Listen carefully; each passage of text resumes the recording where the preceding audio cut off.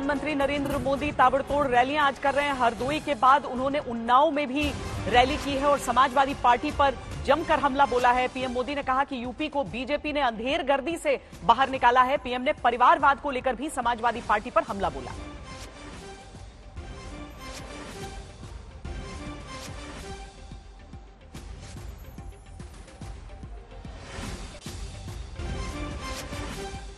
और उन्नाव से पहले हरदोई की रैली में पीएम ने पुराने आतंकी घटनाओं का जिक्र करते हुए कहा था कि पहले सीरियल धमाकों में साइकिल का इस्तेमाल होता था, इसका क्या मतलब समझा जाए। उन्होंने बोला इशारों में, लेकिन निशाना पूरी तरीके से साफ था।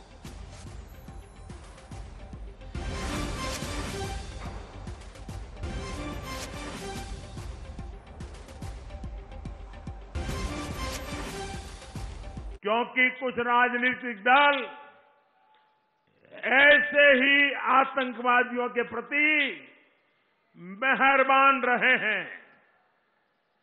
ये राजनीतिक दल वोट बैंक के स्वार्थ में आतंकवाद को लेकर नरमी बरतते रहे हैं।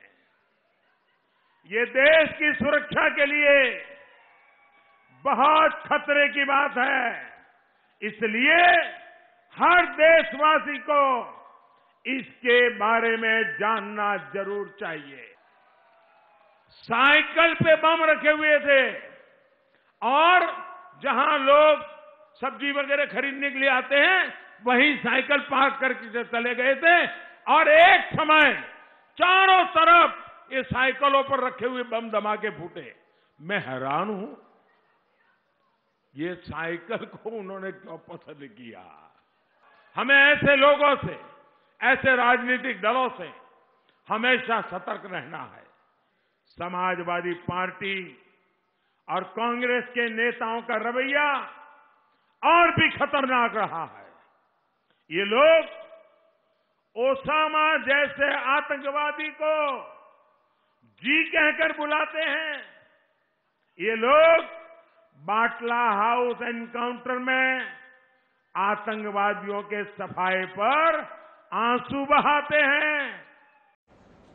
तो भारतीय जनता पार्टी के दो स्ट्रांग पॉइंट हैं जिस पर प्रधानमंत्री का सीधी सीधी बात है कि लोग उन चीजों को समझें। अव्वल तो ये कि केंद्रीय तौर पर अगर देखें तो नेशनल सिक्योरिटी और अगर राज्य के तौर पर देखें तो कानून व्यवस्था।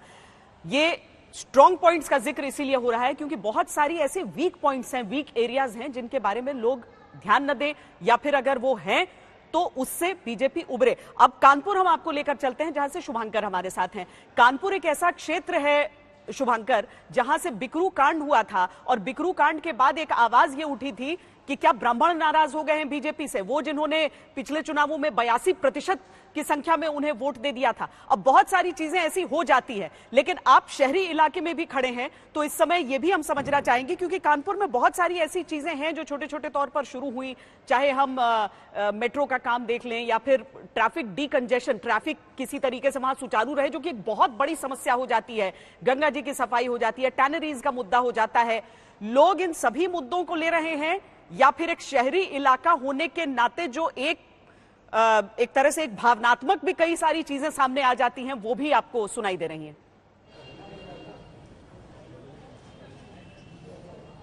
श्वेता, आपने strong point and weak point की बात की थी, मैं वहां से शुरुआत करता हूं। स्ट्रांग जज्बा यहां जो है कानपुर के लोग दिखा रहे हैं। यहां पर देखिए, ये जो मैम मेरे साथ है, इन्हें थोड़ी देर पहले जिलाधिकारी ने प्रशस्ति पत्र दिया है और ये मैम मुझसे कह रही थी, मुझे लगता है आप भी शायद बहुत इंस्पायर होंगे इनसे, कि जोश होना चाहिए। मैम क्या कह रही थी आप?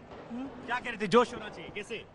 हम हम कहें कि बच्चों से कहें कि अम्मा नहीं चल पाओगे, हम कहें कि हम चलेंगे वोट डालने।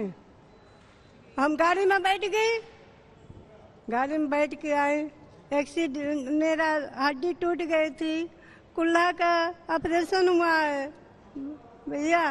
देखिए श्वेता, लोग कहते हैं ना एक घूंट पानी ना मिले तो मौत आती है और एक वोट सरकार बदल जाती है। चाची कह रही घर वाले लाना नहीं चाह रहे थे लेकिन हम फिर भी लेकर आए। सर भी ऐसे ही है।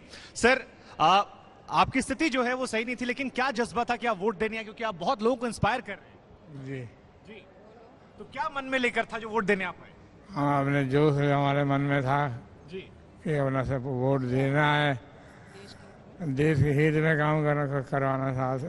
देखिए श्वेता, ये वो लोग हैं जिनकी वजह से कानपुर में जो सेकंड हाफ में वोटिंग बढ़ी है, और ये पूरे देश के लिए प्रेरणा भी है कि अगर इस स्थिति में ये यहाँ वोट देने आ सकते हैं तो आप भी अपने घर से निकलिए, आखिरी समय जो है उसमें आइए। और देखिए कई लोग तालियां भी बजा रहे हैं यहाँ पर इनके लिए। थोड़ी देर पहले डीएम ने भी इनकी सराहना की और अब सभी लोग इनके लिए यहाँ गैदर है, इनका सम्मान कर रहे हैं। ये प्रशस्ति पत्र तो डीएम ने दिया था, लेकिन ये तालियां जो हैं ये शायद इस सम्मान के हकदार है।